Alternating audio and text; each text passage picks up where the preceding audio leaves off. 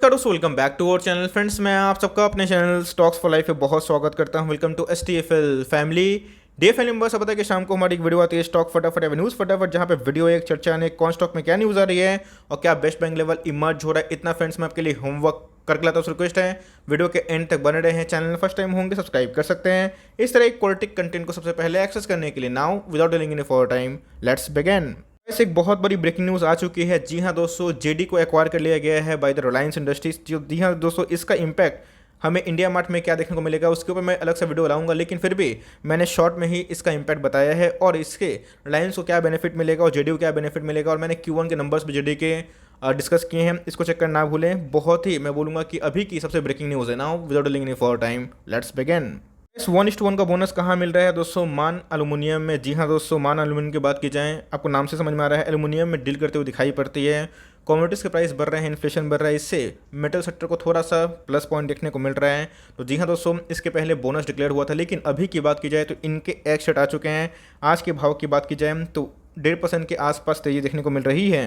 आप देख सकते हैं एकदम स्काई रॉकेट बनता हुआ दिखाई पड़ रहा है। इधर पर अगर आप देखें तो एकदम दोस्तों ऑल टाइम हाई पे ही ट्रेड कर रहा है। तो गाइस जो डेट्स है उसको एक बार देख लेते हैं, उसके बाद निवेश करना है कि नहीं करना है उसको मैं बता देता हूँ। इस 2 अगस्त को आप देख सकते हैं कि इनके जो बोनस के एक्स डेट आ चुके हैं। तो जी हाँ दोस्तों, वो मंडे का दिन पड़ रहा है, आपको उसके एक दिन पहले खरीदना होता है। तो जी हाँ दोस्तों, अगर आप 30 जुलाई तक खरीदते हैं तो ही आप एलिजिबल होंगे, इस बात को ध्यान रखिएगा। तो गाइस आप डेट देख सकते हैं कि इधर पे 1:1 का जो बोनस है वो पता है कि प्राइस भी आधा हो जाता है, इस बात को ध्यान रखिएगा। तो जी हाँ दोस्तों, 30 जुलाई को आपको जो दिन है वो याद रखना चाहिए, तभी दोस्तों आपको ये बोनस मिल सकता है। अब रही निवेश की बात, तो गाइस कंपनी ठीक ठाक दिखाई पड़ती है, लेकिन यस उतनी प्रॉमिसिंग नहीं है, क्योंकि मेटल में बहुत ज़्यादा हमें बूम देखने को मिला था, इसकी वजह से ये स्टॉक बहुत भाग चुका था। अगर आप मार्केट कैप देखें तो 267 करोड़ के आसपास है, मतलब 1000 करोड़ के आसपास की मार्केट कैप नहीं है।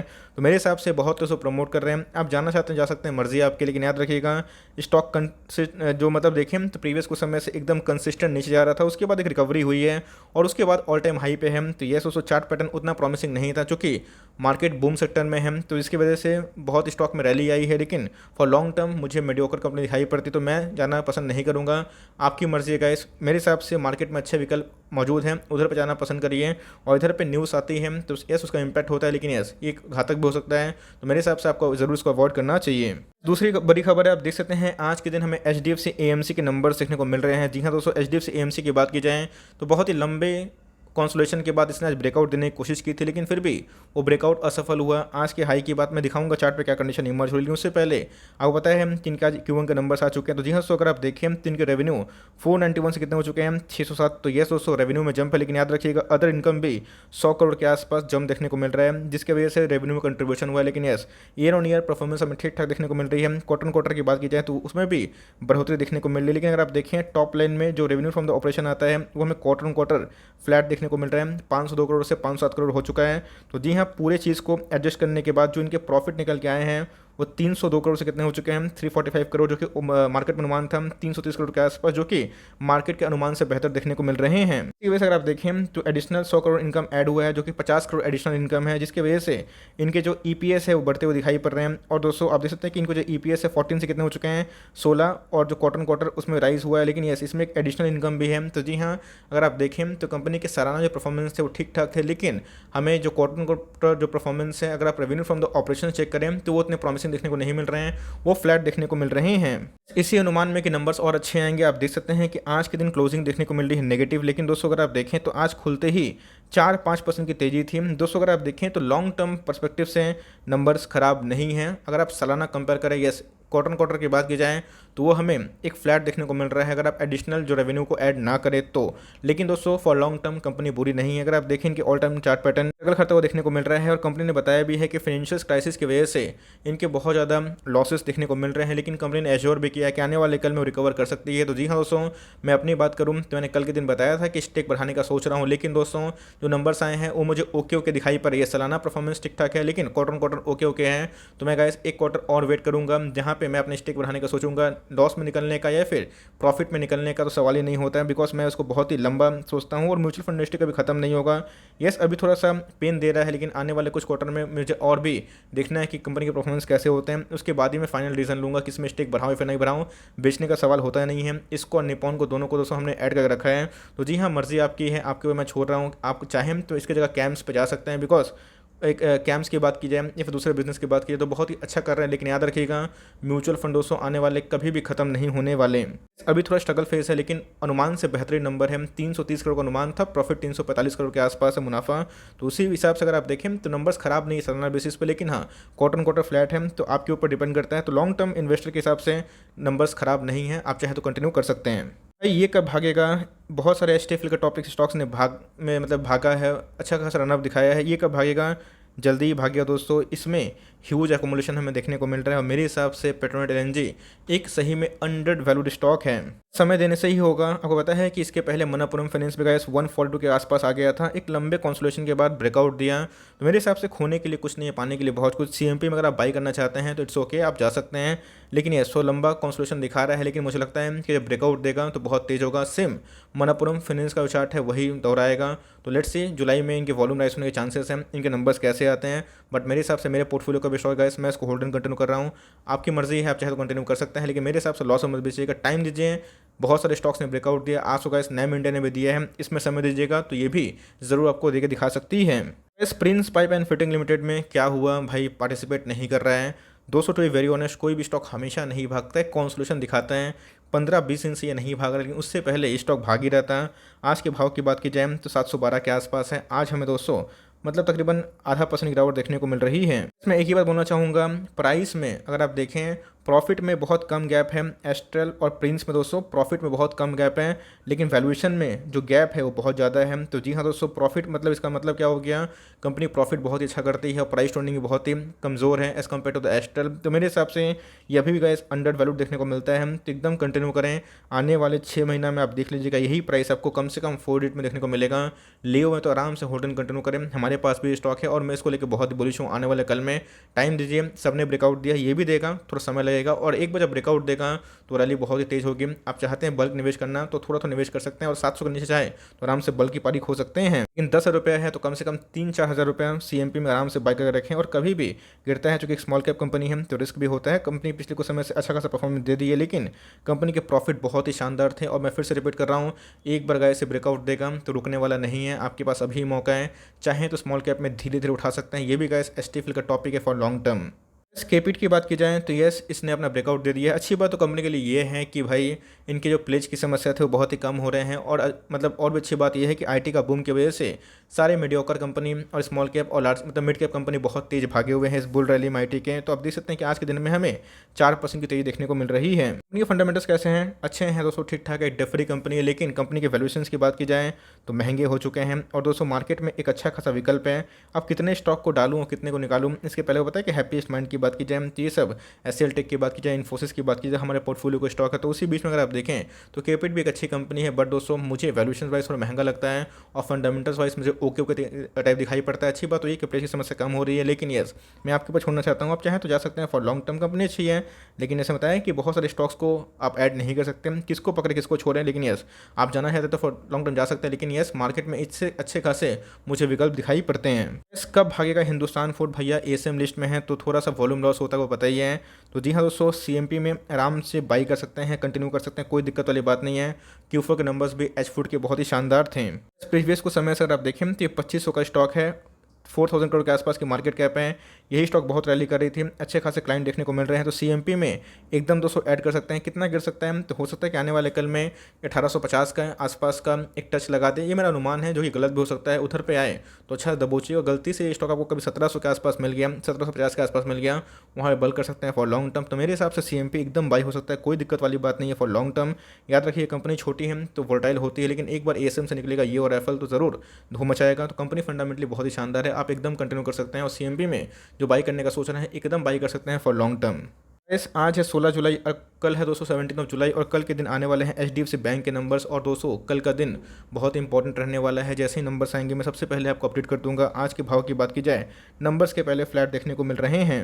इस बैंकिंग स्टॉक की बात की जाए तो सबसे one of the favourite stock मेरा दिखाई पड़ता है ये आईसीआईसीआई बैंक। तो मेरे हिसाब से कंपनी फंडामेंटली बहुत ही शानदार है। देखना बनता है कि एनपीए के फ्रंट में कंपनी कैसा काम करती है। बात की जाए जो हमारे गवर्नर हैं उन्होंने बताया था कि एनपीए के फ्रंट में जो उन्होंने सोचा था उससे खराबी जो लाइक सोचा था उन्होंने उससे अच्छा ही देखने को मिल रहा है। तो मेरे हिसाब से HDFC bank for long term continue कर सकते हैं। नंबर्स कैसे हैं कल मैं अपडेट कर दूंगा। पूरा मार्केट का फोकस दोस्तों कल के दिन इनके नंबर्स पे होने वाला है। वैसे ये क्या हो गया, LTI में हो गया, टाटा एलेक्सी में हो गया, आज के दिन गिरावट देखने को मिल गई। तो क्या नंबर्स खराब थे? नहीं दोस्तों, वाई ऑन वाई नंबर्स बहुत ही शानदार थे। आपको पैनिक बिल्कुल भी नहीं करना है, अच्छा मौका दे रहे हैं। आप चाहें तो इक्का दुक्का स्टॉक करके खरीद सकते हैं।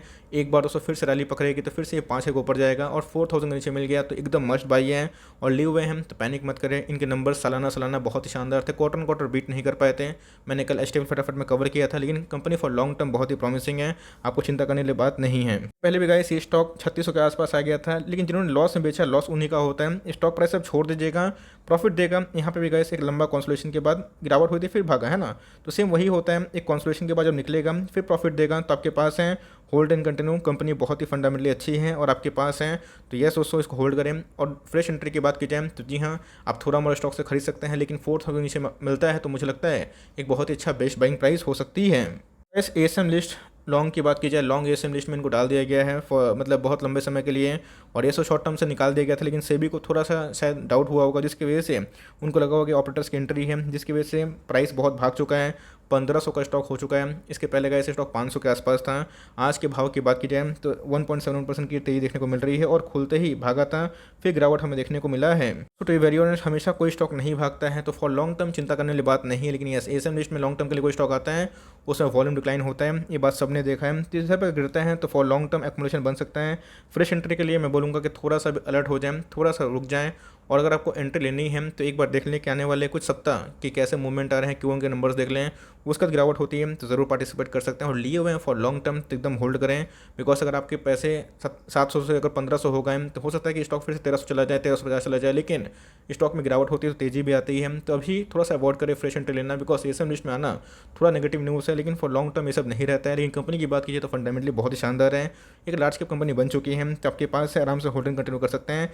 मैं कोशिश करूँगा कि कल के दिन इसके ऊपर एक डिटेल वीडियो फिर से ले आएँ।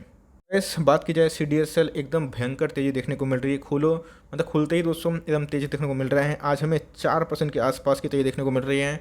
आज के भाव की बात की जाए तो 1450 के आसपास देखने को मिल रहा है। CDSL में तेज़ी क्यों है वो मैंने बहुत बार न्यूज़ कवर कर बताया भी है कि CDSL में तेज़ी रहेगी। इनके बहुत सारे अकाउंट ओपनिंग हो रहे हैं, बहुत सारे IPO के लाइक लॉन्चिंग में पैसा वैसा कमाते हैं, तो इनके बिजनेस मॉडल बहुत ही लाइक अच्छे हैं। एक मोनोपोली डुओपोली बिजनेस है और डेट फ्री कंपनी है, इसीलिए मेरी वही कहानी है दोस्तों। एक ही बात रिपीट करना चाहता हूँ कि SIP के माध्यम से उठाइए, कोई दिक्कत वाली बात नहीं है। भागे वाले स्टॉक पे अगर आप निवेश करते तो ध्यान रखिएगा, रिस्क भी होता है। भाग गया तो आपकी किस्मत है, लेकिन रिस्क भी होता है। बिकॉज चार्ट पैटर्न की बात की जाए तो बहुत भाग चुका है, तो अगर आपको निवेश करना है तो धीरे धीरे उठाइए और कंटिन्यूसली उठाइए। मैं कोशिश करूंगा कि एक पोर्टफोलियो बना के कैम्स, CDSL और जितने भी अच्छे स्टॉक हैं उनके वेटेज वाइज आपको पोर्टफोलियो बना के दूँ, जहाँ पे आप चाहें तो एक पोस्ट निवेश भी कर सकते हैं और SIP भी कंटिन्यू कर सकते हैं। चाहिए वीडियो तो कमेंट बॉक्स में ज़रूर बताइएगा, मैं ज़रूर इसके ऊपर आज ही के दिन अगर कोशिश करूँगा कि लेट नाइट वीडियो अपलोड कर दूँ। बट एनीवेज CDSL बहुत ही शानदार कंपनी है, एकदम होल्डिंग कंटिन्यू करें और SIP के माध्यम से स्टार्ट करें। ऑल टाइम हाई पे हैं, 10 स्टॉक खरीदने की ताकत है, 2 से ही स्टार्ट करें। कमेंट्री का मेरा कैम्स को लेके भी है। कैम्स की बात की जाए तो म्यूचुअल फंड इंडस्ट्री में भी काम करते हुए दिखाई पड़ती है, लेकिन यस थोड़ा हट के बिजनेस है, बिकॉज ये सबके संग काम करती है। HDFC के संग भी काम करती है, SBI भी, बहुत सारे बड़े बड़े क्लाइंट्स हैं। ये भी 3400 का स्टॉक हो चुका है। वैसे लिस्टिंग हुई है, 156% का आसपास रिटर्न जनरेट किया है, तो मेरे हिसाब से कंपनी डेट फ्री है और इसको लॉन्ग वे टू गो जाना है। तो जी हाँ दोस्तों, जैसे बताया कि CDSL हो गए, कैम्स हो गए, धीरे धीरे निवेश करें, कहीं भाग नहीं रहा है मार्केट ऑल टाइम हाई पे है। तो जो बिजनेस आइडेंटिफाई होते हैं उसमें तेज़ी आती है, तो 12 से 18 महीने का समय लीजिए, कोई दिक्कत वाली बात नहीं है। SIP करिए। अगर आप 5 साल की सोचते हैं तो एक दिन में निवेश करने का मत सोचिए, उसको टुकड़ों में धीरे धीरे करके उठा सकते हो। मज़ा आ गया निपॉन में। जी हाँ दोस्तों, निपॉन की बात की जाए तो आज 10% की तेजी देखने को मिल रही थी। मैंने आज के ऊपर एक वीडियो बना भी दी है, लेकिन कंपनी एक डेट फ्री है, इस बात को ध्यान रखिए। कंपनी की बात की जाए तो फंडामेंटल बहुत ही शानदार है। तो जी हाँ, मैंने आज के दिन इसके ऊपर एक कंप्लीट वीडियो बना दी है, उसको चेक करना ना भूलें। और लिए हुए हैं, नहीं पता मेरा आंसर क्या होने वाला है, इसको आराम से होल्ड एंड कंटिन्यू करें। उस कंपनी की बात की जाए तो म्यूचुअल फंड इंडस्ट्री में दोस्तों मुझे इनके जो मार्जिन से थोड़े से HDFC AMC से अच्छे दिखाई पड़ते हैं। तो जी हाँ दोस्तों, 19 तारीख को नंबर्स कैसे आएंगे पूरा मार्केट वेट कर रहे हैं, और उसके पहले एक तेजी आ चुकी है। तो यस, फ्रेश एंट्री करना है तो 400 के आसपास है, फिर उससे नीचे कर सकते हैं। अभी निवेश करते हैं तो आराम से कर सकते हैं, बिकॉज अभी भी दोस्तों ये प्री कोविड लेवल से सस्ते भाव पे ही हो रहा है। तो अगर अभी निवेश करते हैं तो लंबा सोचिएगा, हमारे पैसे गाइस बहुत ज़्यादा बढ़ चुके हैं। और इसके पहले मैंने बहुत बार बताया भी था, इस साल की बात की जाए तो 40% अप है। तो जी हाँ, फॉर लॉन्ग टर्म का बहुत ही शानदार घोरा है। और कल के दिन ही मैंने बताया था कि ब्रेकआउट पॉसिबल है, और गाइस आज ही के दिन ब्रेकआउट हो गया। तो फॉर लॉन्ग टर्म कंपनी अच्छी है। आप चाहे तो फॉर लॉन्ग टर्म निवेश का सोच सकते हैं। ज़्यादा जानकारी चाहिए तो मैंने आज के दिन एक वीडियो बना दी है, उसको चेक करना प्लीज़ ना भूलें। इस बात की जाए हैप्पीएस्ट माइंड को भी लाइक शर्म आ जाए, बात की जाए एंजल ब्रोकिंग की, तो जी हाँ दोस्तों, इनके नंबर्स आए थे Q1 के आउटस्टैंडिंग थे और मार्केट का अनुमान भी था कि जितने ब्रोकर्स वाले अकाउंट हैं सब मतलब वो बहुत बढ़ रहे हैं, उनके बहुत सारे लाइक यूज़र्स बढ़ रहे हैं और जिसकी वजह से CDSL कैम्स सबको फ़ायदा होने की उम्मीद था और वही देखने को मिला। तो नंबर्स अच्छे होने की वजह से और पॉजिटिव आउटलुक की वजह से गाइस आज के दिन हमें 20% का अपर सर्किट देखने को मिल रहा है। कंपनी कैसी है? कंपनी शानदार है। अपने पीयर्स की बात की जाए तो उससे अंडर वैल्यूड है। अगर आप देखें तो 33 का पी देखने को मिलता है, लेकिन यस कंपनी के ऊपर डेट भी है लेकिन पहले से कम हुआ है, जो कि अच्छी बात देखने को मिलती है। तो कंपनी फॉर लॉन्ग टर्म बहुत ही शानदार है। इसके ऊपर वीडियो चाहिए तो कमेंट बॉक्स में ज़रूर बताइएगा। मैं सोच भी रहा हूँ कि इसको वीडियो लाऊँ। तो जी हाँ दोस्तों, इन सब कंपनी पर ध्यान रखिए और निवेश करते भी हैं। जैसे मैंने कि सर्किट वाला स्टॉक है, बहुत भागता है तो गिरता भी है, तो उस हिसाब से धीरे धीरे निवेश करें। कंपनी की बात की तो फॉर लॉन्ग टर्म बहुत ही अच्छा है। आपने लिया हुआ IPO के टाइम से माल दबा के बैठे। So for timing that's the end of the stock फटाफट सीरीज। आई होप दोस्तों वीडियो आपके लिए हेल्पफुल है। कंटेंट से लगे तो लाइक कर दिएगा। चैनल फर्स्ट टाइम होंगे तो याद से सब्सक्राइब करना भूलिएगा। फर्दर कोई डाउट उसको ड्रॉप कर सकते हैं, कुछ रिव्यू चाहिए उसका नाम ड्रॉप करना भूलिएगा। I would love to make a video on your demand. Guys मिलते हैं जल्दी ही, तब तक के लिए bye. Thanks for listening friends, God bless you all.